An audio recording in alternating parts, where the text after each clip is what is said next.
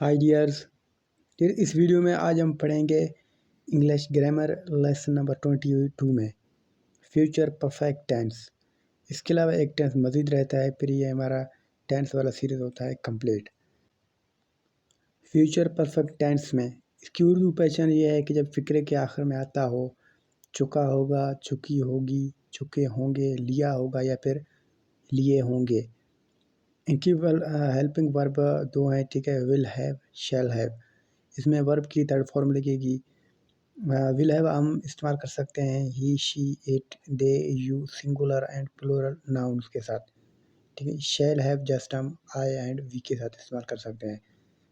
सबसे पहले हम इनका स्ट्रक्चर देखते हैं।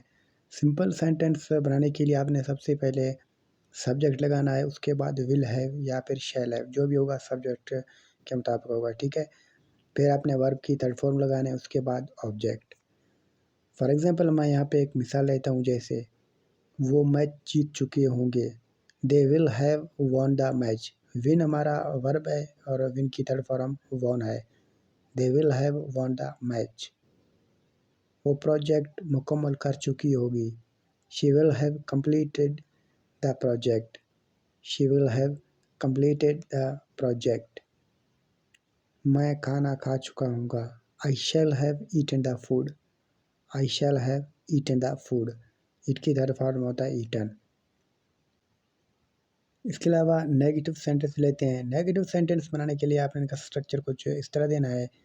सबसे पहले आप सब्जेक्ट लगाएं, फिर विल, फिर नॉट, फिर हैव, ठीक है। यानी अगर विल आता है तो विल के बाद आपने नॉट लगाना है, अगर शैल आता है फिर शैल के बाद आपने नॉट लगाना है, फिर हैव, और वर्ब की थर्ड फॉर्म लगाना है लास्ट में ऑब्जेक्ट।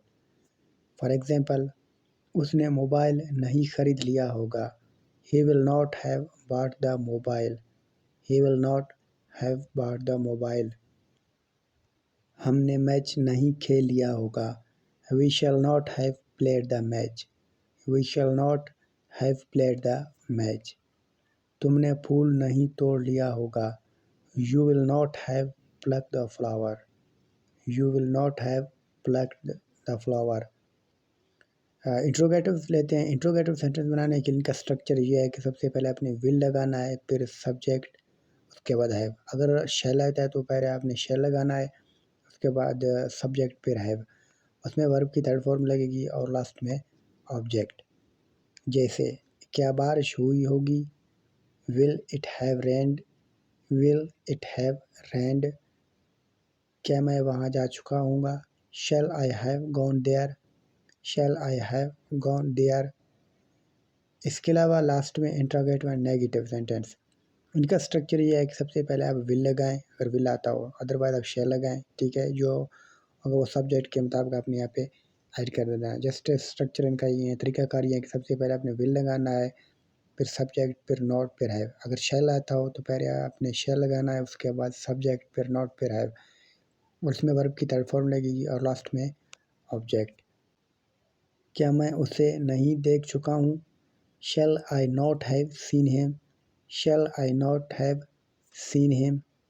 क्या वो सामान नहीं खरीद चुके होंगे, will they have not bought goods. Goods सामान को कहते हैं, अगर ऐसा हटा दें तो फिर गुड बनता है, गुड का मैंने तो अच्छा, लेकिन अगर ऐसे लग जाए तो फिर गुड्स का मतलब होता है सामान। Will they have not bought goods